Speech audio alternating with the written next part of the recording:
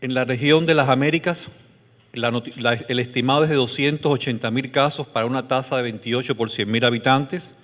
y solo se está detectando de estos 280.000 estimados, solo se está detectando a nivel de la región un 77%, lo que representa que existe una brecha de no detección de casos de 62.000 casos en la región.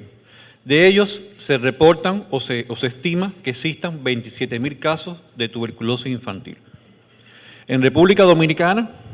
la tuberculosis es un problema de salud con una tasa estimada de 6.200 casos para un 60 por 100.000 habitantes, de los cuales solo se notifican 4.405. Fíjense que hay una brecha de prácticamente 2.000 casos sin diagnosticar, para una tasa de 42 por 100.000, y se está reportando un 3% de tuberculosis infantil notificados, son 120 casos, y lo que está estimado que debe reportarse es un 6% de casos de TB infantil en el país. Bueno, pasando ya a lo que es el diagnóstico de la tuberculosis, de forma general, vamos a decir que las técnicas que se han utilizado desde hace más de 120 años han sido la técnica de la baciloscopía, que ha sido la técnica de elección por su rapidez, sencillez económica, pero por su baja sensibilidad,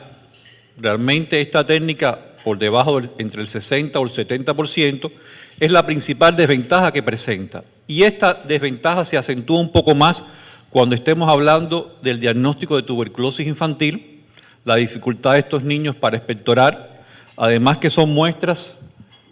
pausibacilares y por tanto frecuentemente resultan negativas. El cultivo sigue siendo la técnica de elección, es la técnica del gold standard para el diagnóstico de tuberculosis, pero con el principal inconveniente de que esta técnica es lenta, demora, estamos hablando prácticamente de entre 4 y 6 semanas para obtener un resultado positivo, y no tenemos un resultado negativo hasta que pasen 2 meses. Esto no es una deficiencia del laboratorio, a veces quizás se manden las muestras y se diga que se están demorando, pero es debido al lento crecimiento de las micobacterias, en especial Mycobacterium tuberculosis, que es lo que permite que crezca lentamente, sobre todo en medios convencionales como son los medios sólidos, que son los que generalmente se utilizan a nivel del país para poder realizar el diagnóstico. Esta, como le decía, que es el gold standard, se requiere de una preparación de esta muestra y generalmente está distribuido en el país, o los laboratorios que lo realizan utilizan, como decía, en medios sólidos, y algunos realizan medios líquidos, como es el laboratorio de referencia, que vamos posteriormente a explicar las pruebas que se hacen para diagnóstico. Posteriormente al diagnóstico de este crecimiento, hace falta realizar una identificación. Todo lo que crece no es Mycobacterium tuberculosis, y si están involucrados en el crecimiento algunas micobacterias de crecimiento rápido o crecimiento lento, que son las llamadas micobacterias, o las mal llamadas micobacterias atípicas, o las micobacterias no tuberculosas, y últimamente se ha denominado como tuberculosis, como micobacterias ambientales. Tienen una amplia distribución en la naturaleza, pero sí se conoce que existen más de 20 casos o de más de 20 especies de micobacterias que ocasionan patología en el humano, generalmente asociada a pacientes con inmunodepresión, y realmente puede causar una variedad de cuadros clínicos que pueden simular desde una tuberculosis pulmonar hasta cuadros realmente en tuberculosis en piel, y a veces hasta infecciones diseminadas, como es el caso del complejo Mycobacterium avium intracelulares en pacientes inmunodeprimidos. Por tanto, una vez que se realiza el cultivo y crezca, es necesario realizar una prueba de identificación y, por último, la prueba de sensibilidad a los fármacos, tanto de primera línea, que son los habitualmente que se utilizan en los esquemas de tratamiento de un paciente, de un caso nuevo, de un caso sensible, con las drogas isoniazida, rifampicina, etambutol, piracinamida y estrepto, y en caso de que estemos en presencia de una cepa multidrogoresistente, que se define la multidrogoresistencia en el caso de tuberculosis cuando aparece la asociación de resistencia a la rifampicina y a la isoniazida, que ustedes conocen que son las drogas principales en el tratamiento, en el esquema de tratamiento, tanto en la fase intensiva como en la fase de continuación, estamos hablando entonces de una cepa multidrogoresistente. En caso de una cepa multidrogoresistente es necesario realizar las pruebas de sensibilidad con drogas de segunda línea, que son los esquemas estandarizados que se utilizan. Sí debemos pensar en tuberculosis en este país, un problema, como les decía, y también la multidrogoresistència es un problema en República Dominicana. Es uno de los países, según la última encuesta que se realizó, o por estimaciones de la OMS, la multidrogoresistència también representa un problema. Incluso se habían reportado cifras de un 6% en casos nuevos, es decir, estamos hablando de casos nuevos, pacientes que nunca habían tenido tuberculosis o pacientes que estuvieron en contacto o en tratamiento por menos de un mes. Fíjense, pacientes que nunca habían recibido tratamiento pueden ser portadores, enfermar de tuberculosis y además tener una multidrogoresistència. Por supuesto, para hacer un diagnóstico de tuberculosis extensamente resistente, debemos de contar con la tecnología o con la facilidad del laboratorio de poder realizar pruebas de segunda línea, pruebas de sensibilidad para drogas de segunda línea, que es lo que nos da el diagnóstico. Y por último, existe una necesidad creciente de disponer de pruebas de diagnóstico rápido, especialmente en los casos con una baciloscopía negativa. ¿Qué se necesita ante estos desafíos? Primero, contar con pruebas diagnósticas que sean rápidas, con una calidad garantizada, que tengan un acceso universal a estas pruebas de diagnóstico para los pacientes poder realizar cultivo, pruebas de sensibilidad, una cobertura de laboratorio y pruebas de diagnósticos que sean apropiadas a los niveles de salud y disponer de laboratorios con una bioseguridad garantizada. Vemos que las recomendaciones de la OMS a partir del año 2007 ya recomienda la utilización del medio líquido para cultivo y pruebas de sensibilidad. Recuerden que les estaba mencionando que el cultivo se realizaba en medios sólidos convencionales con la principal desventaja del tiempo en que se obtenían los resultados. Bueno, esta incorporación de un sistema automatizado que permite, que utiliza medios líquidos para cultivo y sensibilidad, acortan considerablemente el diagnóstico de la tuberculosis. Si hablábamos de 4 o 6 semanas para un cultivo positivo, ya podemos estar hablando que en menos de 2 semanas tenemos un crecimiento. Ya en el año 2008 se recomienda el empleo de las LIPAs, que son sistemas de hibridación, sistemas moleculares, para investigar resistencia a isoniazida rifampicina con un diagnóstico aproximadamente en 72 horas. Ya se recomienda en el 2009 la microscopía de fluorescencia LED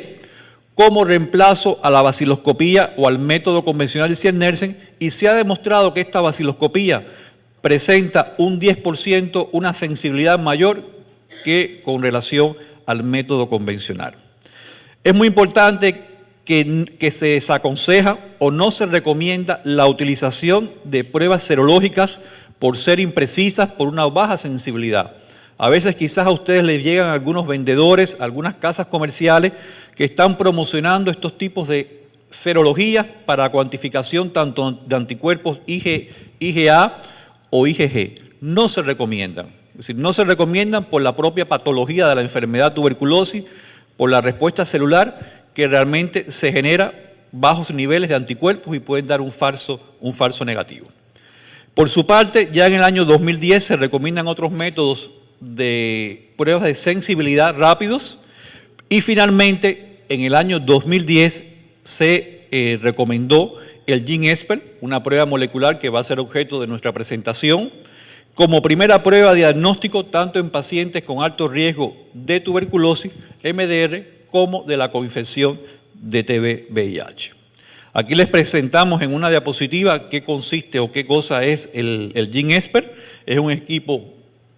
automatizado, tiene diferentes formas de presentación. En este caso, y el más conocido, es que presenta 4 gavetas para poder realizar simultáneamente 4 pruebas al mismo tiempo o en diferentes tiempos. Este es un cartucho que es muy pequeño, aunque aquí está ampliado. Imagínense un cartucho del tamaño de una impresora de este tipo de jet, que se coloca en una de esas gavetas y obtenemos el resultado en menos de 2 horas. ¿cuál ha sido la recomendación de esta prueba? Bueno, el ESPER nos permite, es una nueva tecnología, tanto para el diagnóstico de tuberculosis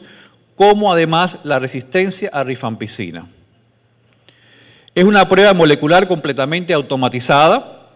simultáneamente detecta la presencia de Mycobacterium tuberculosis y resistencia a rifampicina, provee resultados en menos de 2 horas. Una vez que la muestra llega al laboratorio, con un proceso mínimo de decontaminación de esa muestra, se coloca en ese cartucho que les mostré anteriormente, se introduce en el aparato, en el GeneSpert, y en 2 horas tenemos el resultado de forma automática. Si nos dice si está presencia, si detecta Mycobacterium tuberculosis, si lo detecta incluso nos da la concentración, estamos hablando de detección de ADN, es una prueba molecular basada en el principio de un PCR, de una reacción en cadena de la polimerasa en tiempo real. Nos detecta presencia de Mycobacterium tuberculosis de ADN y nos da la facilidad de decir hasta la concentración si está low, medium o high. Y además de eso, si está la presencia de Mycobacterium tuberculosis, nos dice si aparece resistencia a rifampicina detectada o no detectada. También porque detecta las mutaciones en el gen RPOB, que el gen RPOB es el responsable de la resistencia a la rifampicina. Requiere una mínima bioseguridad, así como una capacitación del personal del laboratorio es mínima, puede ser introducido con facilidad en cualquier nivel del laboratorio. Según los reportes tanto de la OMS como OPS, el beneficio, recomiendan que el beneficio supera el costo de la prueba de diagnóstico. Un diagnóstico precoz que permite un tratamiento adecuado, corta la cadena de transmisión, disminuye el riesgo de muertes y brinda una equidad en el diagnóstico. Esta tecnología ha sido ampliamente distribuida en la región de las Américas y ha tenido una gran aceptabilidad por los beneficios, las ventajas, las bondades que hemos mencionado anteriormente. Aquí vemos cómo se deposita la muestra después de 15 minutos de contaminación en este cartucho y se coloca en esta plataforma que es conocida como GeneSpert,